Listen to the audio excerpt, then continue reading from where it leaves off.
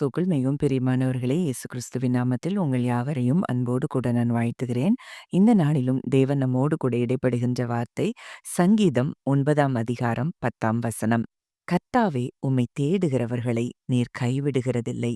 ஆதலால் உமது நாமத்தை அறிந்தவர்கள் உம்மை நம்பியிருப்பார்கள். ஆம், இந்த வார்த்தையின் மூலம் தேவன் இன்றைக்கு நம்ம ஒவ்வொருவரோடு கூட இடைப்பட்டு நம்மை பலப்படுத்த விரும்புகிறார். இதே வார்த்தை டிபிடில இவ்விதமாய் சொல்லப்பட்டிருக்கிறது. May every one who knows your mercy keep putting their trust in you, for they can count on you for help no matter what. You will never, no, never neglect those who come to you. ஆம், இந்த வார்த்தையின் மூலம் இன்றைக்கு ஆண்டவர் நம்ம கூட பேசுகிற காரியம் என்னன்னா, அவருடைய இரக்கத்தை அறிந்தவர்கள் அவர் மேல் மாத்திரம் நம்பிக்கை வைப்பாங்களாம். எந்த காரியம் எப்படி இருந்தாலும் சரி, அவர் மேல நம்பிக்கை வைக்கிறது, அவருடைய இரக்கத்தை அறிந்தவர் மேல நம்பிக்கை வைக்கும்போது, அவர் தன்னை தேடுகிற யாரையும் அவர் என்ன செய்ய மாட்டாராம், கைவிட மாட்டாராம். அப்போ இன்றைக்கு நம் அவரை குறித்து எப்படி அறிந்திருக்கிறோம் அப்படிங்கிறதுல தான் நமக்கு அற்புதங்கள் அடங்கி இருக்கிறத பார்க்கிறோம். அப்ப இன்றைக்கு அவருடைய இரக்கம், அவருடைய டெண்டர் mercy, அவருடைய லவ்விங் கைண்ட்னஸ், இது எல்லாமே நம்ம மேல டே அண்ட் நைட் அவர் நம்ம மேல வைத்திருக்கிறார் அப்படிங்கிறத நம்ம அறிந்து கொண்டோம் அப்படின்னா, நிச்சயமா அவர் மேல நம்ம பூரணமான நம்பிக்கை வைக்க முடியும். சூழ்நிலை எப்படியா இருந்தாலும், ஒருவேளை மனிதர்கள் நம்மை என்ன செய்யலாம், புறக்கணிக்கலாம், நம்மளை தள்ளலாம். ஆனா அவருடைய இரக்கத்தை அறிந்தவர்கள் அவரை மாத்திரம் நம்பி இருக்கிறபடியினால, எந்த சூழ்நிலை எப்படி இருந்தாலும் சரி, அவரை பார்த்து அவர் மேல் நம்பிக்கை வைக்கிறவர்களை அவர் ஒரு நாளும் என்ன செய்ய மாட்டாராம், தள்ளிவிட மாட்டாராம்.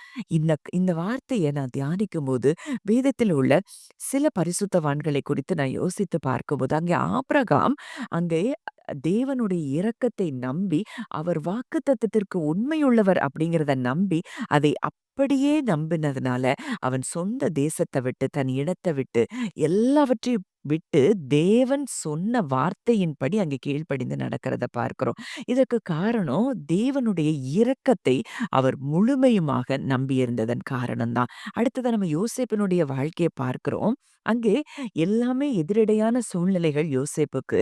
அங்கே சகோதரரால் அங்கே என்ன செய்யப்படுகிறான், புறக்கணித்து தள்ளப்பட்டு அங்கே அடிமையாய் விற்கப்படுகிறான். அங்கே தவறாய் குற்றச்சாட்டப்படுகிறான். அங்கே சிறைச்சாலையிலையும் அங்கே தான் சொப்பனம் விளக்க சொன்ன அந்த பானபாத்திரக்காரனும் அங்க மறந்து போயிட்டான். இப்படி எல்லாமே அவனுக்கு எதிரடையா தான் இருக்குது. ஆனா தா யோசேப்போ அங்கே தேவன் மேல மாத்திரம் நம்பிக்கை வைத்தபடியினால, அங்க தேவன் அங்க எகிப்துல அங்க ராஜாவுக்கு அடுத்த ஸ்தானத்துல அங்க உயர்த்துறத பார்க்கிறோம். அப்போ இன்றைக்கு அவருடைய இரக்கத்தை நம்பி இருக்கிற நீங்கள், அவரை ஏன் நம்பி இருக்கிறபடியினால் உங்களை தேடுகிற அவர் ஒரு நாளும் கைவிட மாட்டார் அப்படிங்கிறதுல சந்தேகமே கிடையாது. அங்க மோசேக்கு அங்க அவரு ஆண்டவர் சொல்றாரு, "நீ போ எகிப்து தேசத்துல இருக்கிற என் ஜனங்களை மீட்டுக்கொண்டு வான்னு" சொல்லும்போது, அங்கே மோசேக்கு அத நம்ப முடியல. ஆனா கூட அங்கே தேவனுடைய அவருடைய வழிநடத்துதலை அவர் நிச்சயமாய் நம்பி அங்க போறாரு. அங்க அங்க ஜனங்கள அற்புதமாய் அவர் மூலமாய் தேவன் வெளியே கொண்டு வந்தத பார்க்கிறோம். அதே போல தான் தாவீது. அங்க சிங்கம் வருது, கரடி வருது. ஆனா அவனுக்கு ஒண்ணு தெரிஞ்சிருந்தது. என்னை காக்கிற தேவன் உறங்குவதும் இல்லை, தூங்குகிறதும் இல்லை.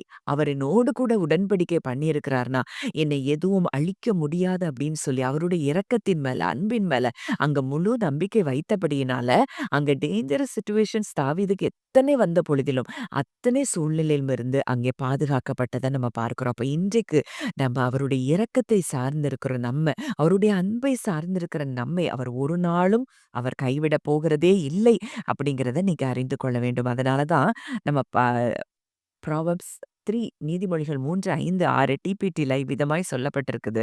Trust in the Lord completely and do not rely on your own opinions. With all your heart rely on him to guide you and he will lead you in every decision you make. Become intimate with him in whatever you do and he will lead you wherever you go. இது அழகா தமிழ்ல நான் மொழிபெயர்த்து நான் உங்களுக்கு சொல்றேன். தேவனை முழுமையாக நம்புங்கள். உங்கள் சொந்த கருத்துக்களை நம்பாதிருங்கள். நம்புங்கள். உங்கள் முழு மனதுடன் உங்களை வழிநடத்த அவரை நம்புங்கள். நீங்கள் எடுக்கும் ஒவ்வொரு முடிவிலும் அவர் உங்களை வழிநடத்துவார். நீங்கள் எதைச் செய்தாலும் அவருடன் நெருக்கமாக இருங்கள். நீங்கள் எங்கு சென்றாலும் அவர் உங்களை வழிநடத்துவார். இப்படிப்பட்ட ஒரு தேவனை தகப்பனாய் நாம் கொண்டிருக்கிறோம். ஒரு நாளும் நீங்க கலங்க வேண்டியதில்ல. அவர் உங்க அப்பா. உங்க மேல இரக்கமாய் இருக்கிற ஒரு அப்பா. உங்க மேல நினைவாய் இருக்கிற ஒரு அப்பா உங்களுக்கு இருக்கிறார். உங்களுக்கு ஒரு சின்ன காரியம் கலக்கத்த கொண்டு வரும்னா, அந்த காரியத்துல அவர் நிச்சயமாய் அற்புதம் செய்ய அவர் அ இரக்கமுள்ளவராய் இருக்கிறார், அன்புள்ளவராய் இருக்கிறார், உங்கள் மேல கண்ணோக்கம் உள்ளவராய் இருக்கிறார் அப்படிங்கிறத மாத்திரம் நீங்க நம்புனீங்கன்னா போதும். உங்கள அவர் ஒரு நாளும் கைவிடுகிற சூழ்நிலைக்குள்ள அவர் உங்களை கொண்டு போகிறதே இல்ல. எல்லாமே எதிரா இருக்கலாம். அன்றைக்கு பவுலுக்கு எல்லாம் எதிரடையா இருந்தது. எத்தனையோ அடிகள், சிறையிருப்புகள் எல்லாம் எதிரடையா இருந்தது. ஆனா, எந்த சூழ்நிலையிலும் தேவன் என்னை கைவிட மாட்டார் அப்படிங்கிற அங்க அந்த நிச்சயமான நம்பிக்கை அவருக்கு இருந்தது. காரணம் என்னன்னா, அவருடைய இரக்கத்தையும், அன்பையும் அவர் சார்ந்திருந்ததை நம்ம பார்க்கிறோம். ரோமர் 8ல நம்ம அததான் பார்க்கிறோம். கிறிஸ்துவின் அன்பை விட்டு என்னை பிரிப்பவன் யார்? அப்படின்னு அங்க பவுல் சொல்றாரு. அப்ப எதுவும் என்னைய பிரிக்க முடியாது அப்படிங்கிற இடத்துல அவர் இருந்ததுனால, அத்தனை சூழ்நிலைகளிலும் அவர் மிராக்குலஸா அங்க அங்க காப்பாற்றப்படுகிறத நம்ம பார்க்கிறோம். அந்த ஆ சிறையிருப்புல கூட அங்க சிறைச்சாலையில அங்க தேவனை துதித்து பவுலும் சீலாவும் ஆராதிக்கும்போது அங்க சிறையிருப்பிலேயே ஒரு பெரிய மாற்றம் உண்டாகிறது. அங்க அஸ்திபாரங்கள் அசைகிறது. கட்டுகள் கழன்றத நம்ம பார்க்கிறோம். அப்போ இன்றைக்கு அவருடைய இரக்கத்தையும் அன்பையும் நம்ம அதிகமாய் சார்ந்திருந்தோம்னா, நிச்சயமாய் நம்ம வாழ்க்கையிலயும் தேவன் செய்த காரியங்கள், செய்யப்போகிற காரியங்கள் அது இனியும் பெரிதானவைகளாய் இருக்கப் போகிறதை நீங்கள் நிச்சயம் காண்பீர்கள். ஜெபிக்கலாம். நல்ல தகப்பனே, நன்றியோடு உம்மை துதிக்கிறோம், ஸ்தோத்தரிக்கிறோம் அப்பா.